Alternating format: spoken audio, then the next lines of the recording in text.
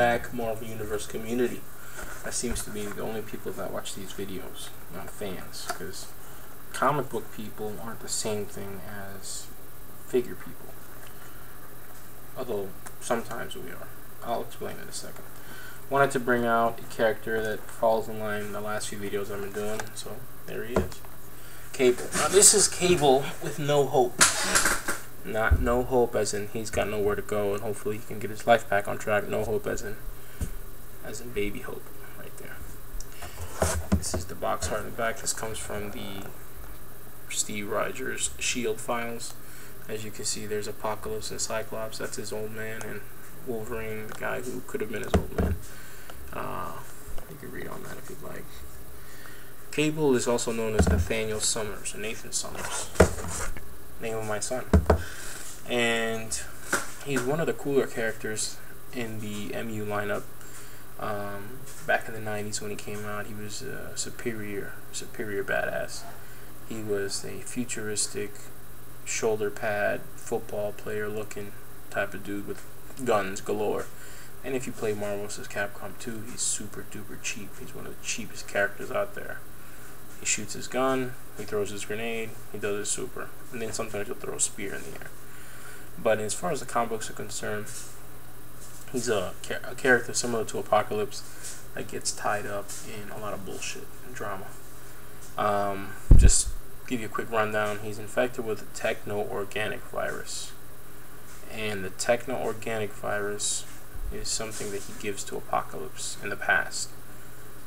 But he's born in the present and sent to the future to be raised by, I can't remember whom, but to be raised by someone to help save humanity. So he keeps the techno-organic virus at bay, but he's also cloned, and he has a twin, I guess a clone. His name is Strife, with pretty much identical powers, but he's raised to be an evil mutant as opposed to a heroic mutant. He is the son of Cyclops and Madeline Pryor, which is the clone of Jean Grey, also known as Dark Phoenix. And he ends up taking care of Baby Hope after the M-Day House M incident. So apparently no mutants were born up until Baby Hope was, and he was her protector, Hope Summers. The interesting thing about Hope Summers is that she has now her own Legends figure. And I guess, judging by Marvel Universe standards and Hasbro's practices, she'll probably end up getting an MU figure at the end of this year or next year. So be on the lookout for that, because that's how they operate. They said it themselves, so they're gonna go ahead and release figures, the same character figures at different periods of release. So in other words, she's out now as a Legends figure, she'll be out later as a Universe figure. So that means don't buy the Legends figure if you want the Universe figure, or vice versa. Earlier I made a comment about, let me get this thing open, I'll talk about it later. And here he is, folks. Cable.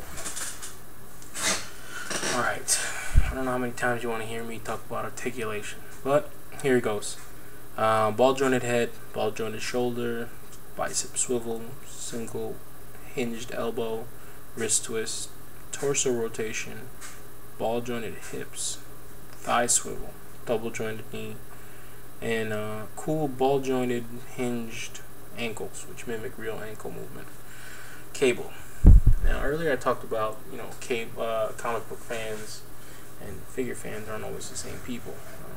Usually find in the same spots, usually talk to each other, but we're not really the same people. I'm not a comic book guy. I don't read comic books all the time. I'm not always interested to see what the writers are talking about, unless it's something that I like to read, and thus I become a comic book guy for that moment. But I don't collect comic books. I don't collect CGC. I don't collect anything like that. I collect figures. I used to collect comic books. I used to read a lot of it, tons of it. So as I got older, storylines kind of started to develop and things started to fade away in my mind about what used to be, and then of course House of M comes around and just shits on your life.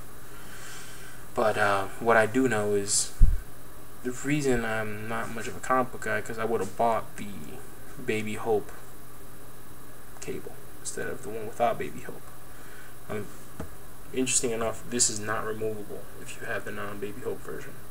have the Baby Hope version, he has a hole in his chest where this will be replaced with the baby. I really didn't care for the baby because Baby Hope was kind of creepy, and the storyline itself I haven't read, nor do I know much about. So as a collector, it didn't really interest me to have two cables, just because one has a baby and one doesn't.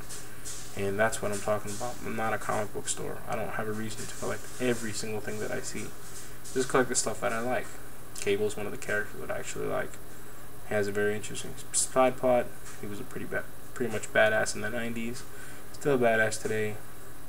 And he's one of the better looking figures. I mean, Hasbro really spent money on this figure. Gave you a lot of accessories, I guess if you call that money.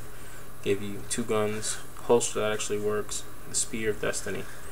Of course, all the accessories he's wearing is actually removable if you want to mess around with it. This is all connected as like a rubber type belt with a holster, and it's pretty nice. I mean, the paint job is great. I think this is a reused buck from the I think I want to say what is his name, Doc Samson.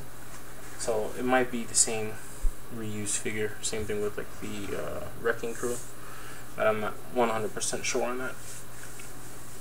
So a lot of you guys out there want to collect everything, but I really don't think that you should really invest money into getting doubles of everything. There's a figure you keep on the wall, there's a mint on card, there's a figure you open and review, or there's a figure you just open and play with. Or pose, or do whatever it is people do, because everybody's got different reasons for it. You suck up the inventory that exists out there, giving guys like myself and others, making it harder to hunt for these figures, all because you want to have doubles and triples. You eventually end up selling 1 or 2 and trading for it. So I guess there's a rhyme to the to the reason you're doing this, but keep in mind, man, it's addictive. Collecting figures is an addictive thing. If you have an addictive personality, it gets out of hand. So don't do it to yourself. Don't do it to others. Be kind to others. If you got extras out there, sell them. If you have extras in the store, don't buy every single one of them because you see 5 of them on the wall and you think they're going to go for a lot more on eBay. Because that's price gouging the community. I know the community out there, you've done your fair share of paying for a lot, but I'm sure you've done your fair share of selling for a lot. So we should all be helping each other, I guess, in some sort of weird way. The region I'm from, I've gone up and down the coast down here in Florida. I'm in Central Florida, going up and down the East Coast, down to Miami, West Coast, down to Naples. Travel a little bit to Georgia. Pretty much the inventory is the same. I noticed some of these reviews that people do from the West Coast or Midwest. You guys get stuff a lot sooner, and some of you also buy your stuff from websites like Amazon and Big Bad Toy Store and so on, and even eBay. But when these figures actually come out into the stores, I go and I can't find anything. Like the Bullseye and Daredevil, people were doing reviews on that 2-pack for months before I even saw one in the stores locally. And I could have bought one online, but everyone's price gouging. I mean, really, do I really want to spend $30, $40 for something that I'm going to get for $14 to $17 in the stores itself? Do I really want to pay $40 for one figure that probably costs $8 at Target? I mean, it's not really fair. Business is not fair. But, we do this for fun. And I'm sure some of you guys get a kick out of it, watching the reviews, checking out the figures, which, by the way, this one is phenomenal. But like I said, I'm not here to talk about paint apps or nothing. I just want to give you guys the skinny on what's going on. So let's talk a little bit about Cable. If you're done listening to me talk my bullshit. Cable, Apocalypse. These two go hand in hand. Again, a retcon right into the storylines, because originally Apocalypse, she really didn't talk about who Nathan Summer was, but as time progressed, you find out who Nathan Summer was, and Mr. Sinister, and so on and so on. These two are joined at the hip, so you talk about one, you talk about both. Apocalypse is immortal, Cable is a time traveler. I can't wait to see a Bishop figure, though, and a Forge figure. I know some custom people have done them out there, but I'm talking about the real deal. That would be pretty cool. Nimrod will also be a nice figure to have in the lineup. I don't know what scale they're going to put him in, but by the looks of it, hopefully Hasbro gets their shit together and they bring back deluxe figures. like they did in the Wolverine lineup, you know, like Ghost Rider with a bike, or you know, Hawkeye with his little scooter looking thing, Forge with some sort of machine, you know, Nimrod with something. I don't know, they should bring back, you know, some of these cool deluxe packs that make sense, not like the Thor ones where just Thor having a bunch of missiles, which doesn't make any sense whatsoever. But I hope you guys enjoyed this review.